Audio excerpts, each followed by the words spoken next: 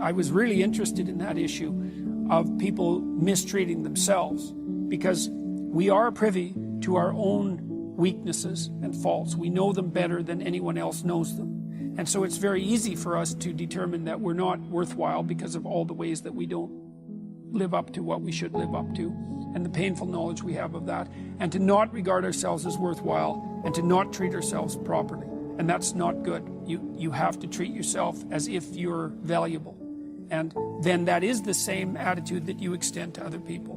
Well, and it's because you are valuable, and that it's a necessity to adopt the responsibility that goes along with recognizing that. So even if you're not happy with who you are, and even if you have your reasons, you still deserve presumption of innocence. You still deserve to have a good defense mounted on your own behalf. You still need to treat yourself as if you're someone valuable and someone worthy of love, even though you have all reasons to know why you fall short. And that's absolutely crucial, and it is hard for people to learn that. Hard for them to learn not to beat themselves up too much. Every relationship that you have in your life, or that you've ever had in your life, with every single person, is a reflection of the relationship that you are having with yourself. People come into our life, into our experience, to show us, to demonstrate, to reflect and mirror back to us the places and pieces and parts of ourselves that we cannot see, are unwilling to see, that we deny or dismiss or ignore. Every relationship in your life is a reflection of the relationship that you're having with yourself. Now, right now, if you're having some resistance to that, if you're thinking about your ex or your ex-mother-in-law or your girlfriend or somebody that betrayed you, and your mind is telling you that can't be true, that's not right, that's it. That's it right there. Because there are parts of us, there are things about us that we simply cannot see. Sometimes we don't want to see. Sometimes we see and then we ignore or deny. You see, each and every one of us has what we call a shadow part. That's the part of us that we hide and cover and covet. Those pieces and aspects and things about ourselves that we find unpleasant or unacceptable. We tuck them away in the shadow. And someone will come into our life and reflect a light on that shadow. And that's when we see it. We see it in them. People come into our lives and they mirror back to us the pieces and parts of ourselves that we cannot, will not, do not want to see. And it's all a reflection of the relationship that we're having with ourselves. Do you love you? I mean, really love and accept you? Do you trust you? Do you trust your own thoughts and feelings? Do you honor you? Do you respect you? And where did you learn how to do that? Because so many of us have a disjointed or dysfunctional relationship with ourselves because of what we've seen and what we've been taught and what we've been told. And the relationship that we have with ourselves more often than not mirrors what we've been taught and what we've seen and what we've experienced. But in order to truly grow and evolve in our soul and our way of being, we want to develop a relationship with ourselves, a good, solid, loving, functional relationship with ourselves. So how do you do that, Miss Iyama? How do you develop a relationship with yourself? Well, it starts here. Who am I? Not what do I do. Who am I when the lights are off and I'm naked and I stand before the mirror? Who am I? This is a question you must answer. Not who were you taught to be, who were you told to be, who you think you should be. Who are you? And there's a very simple way to find out.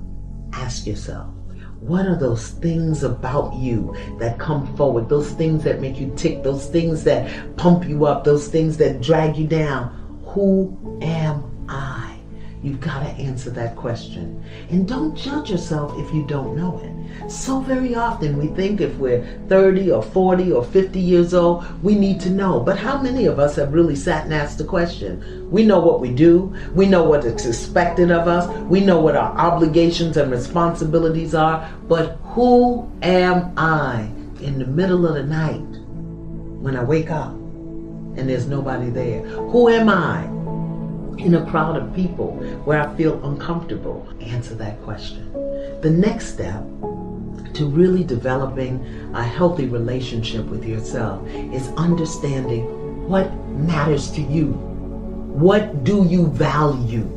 Do you value freedom? Do you value peace? Do you value external validation? How do you discover that? Again, pen to paper. What matters to me is, because very often we go into relationships and settle for less than we want, deserve, or desire because we don't know what matters to us and we don't know how to ask for it, and more often than not, we don't expect to get it.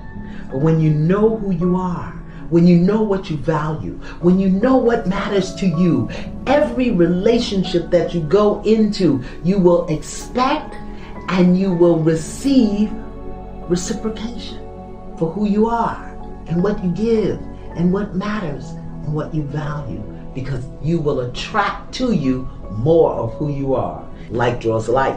That's just the law. That's how it works. The next step, see yourself. See yourself at your best and see yourself as your worst, and don't judge it. Accept it. Self-acceptance. There are some things about me that I love, and there are some things about me that I'd rather nobody ever knew. But you know what I've learned to do? I've learned to put that stuff out front.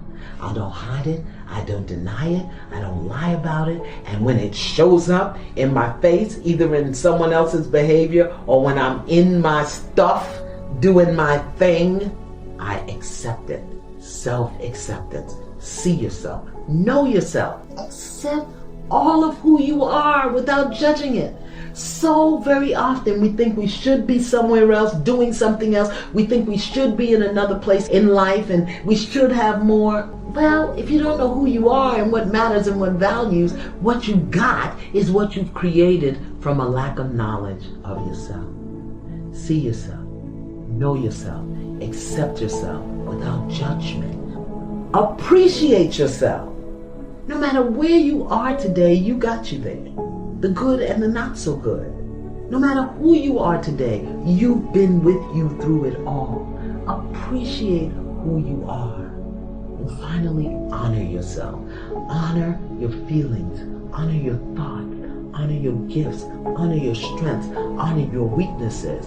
Work on those things that need to be worked on. Give yourself permission to explore, to stand up, to fall down, to not be perfect all the time. Honor who you are, where you are, what you do, how you do it, and commit yourself to be better. You are a choice-making individual, and that all of the conditions that you find yourself in your life, all of the circumstances of your life, all of the emotional reactions that you have to all of the people and all of the things and events and so on that take place in your life, you can't help the way that you are.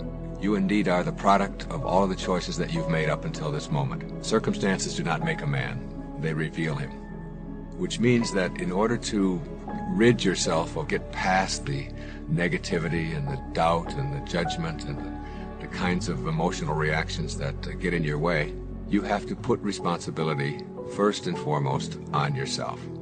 You have to rid yourself of the inclination to blame other people for what is wrong with you, to blame your circumstances, to look backwards in your life and look at your family and come up with all kinds of real nice explanations, but they really don't help you to get past these kinds of emotional reactions. There's the invisible part of you, the part of you that processes everything that you experience in your life.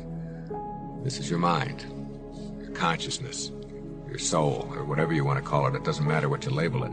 It's just understanding that how you process and perceive yourself is determined not by what other people tell you, as much as you'd like to believe that, but in fact by how you have chosen to process yourself. Feel good about yourself. Treat yourself, cherish yourself as a valuable, important, significant, grand, divine creature, as someone who is unique and special in all the world. And feel that way about yourself wherever you go and carry yourself that way.